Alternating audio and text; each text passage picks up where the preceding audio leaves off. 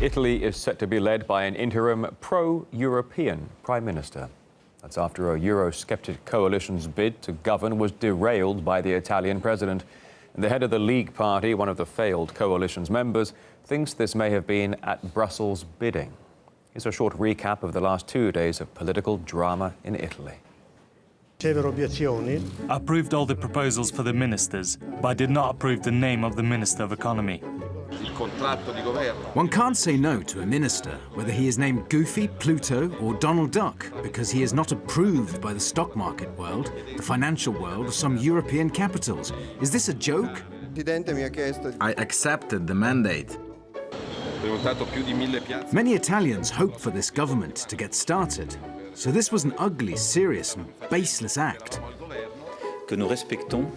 I want to speak again of my friendship and support for President Mattarella, who has a crucial task ahead. Today I'm furious. Allow me to be furious today. We also have principles inside the Eurozone. They should tell us every government must have the stamp of approval of Berlin, Paris and Brussels. To me this is crazy. The Eurosceptic coalition failed to form a government after the Italian president rejected its anti-Euro pick for economy minister. And surprise, surprise, the president's now appointed a former International Monetary Fund official as interim prime minister. What does that mean? It means fresh Italian elections are now on the horizon. The failed coalition has called for the president to be impeached, accusing him of bowing to EU pressure. As Charlotte Dubinsky investigates. You can win an election, create a coalition, put together a bold plan for reforms and a ruling cabinet. But turns out you still don't get to govern. Well, that's if you're in the EU and you have a Eurosceptic agenda. I asked for that ministry an authoritative political figure who was not seen as supporting a line that could provoke Italy's exit from the euro. Essentially, this means that the majority of voters who between them opted for the Five-Star Movement and Northern League, two parties with an anti-EU agenda in March, actually don't get to decide. The president waves a red card because he doesn't like one proposed minister. And cue political crisis, possible snap elections. Is this really how democracy is supposed to work? Find me in the Constitution the fact that a government can't commit to changing European rules. This is a limited sovereign. It's a piece of democracy that goes away. Brussels hasn't shied away from warning the new Italian government against disobeying the EU rulebook. And it looks like it's got its way, no matter what Italian voters wanted. And where has that happened before? Oh yes. Back in 2005, a referendum was held on whether or not to adopt a European constitution here in France as well as in the Netherlands. Voters rejected the idea.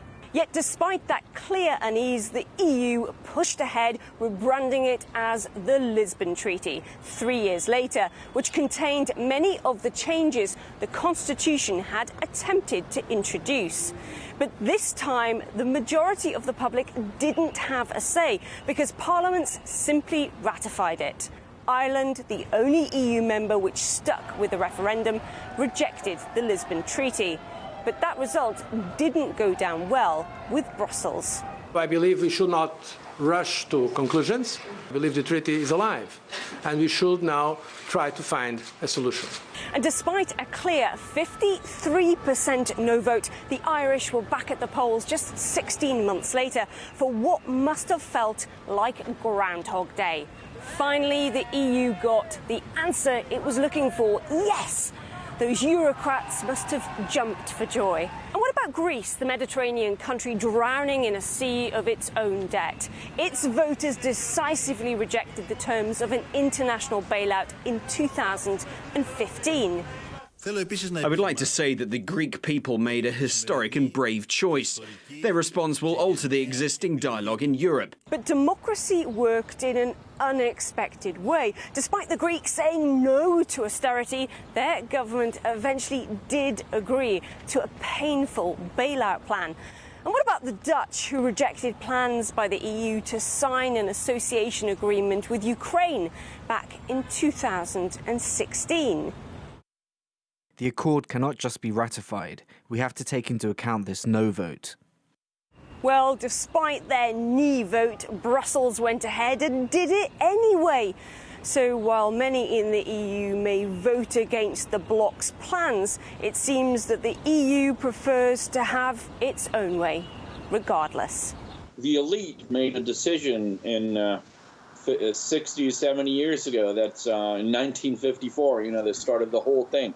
It was the European Union, and there's nothing you could do against it.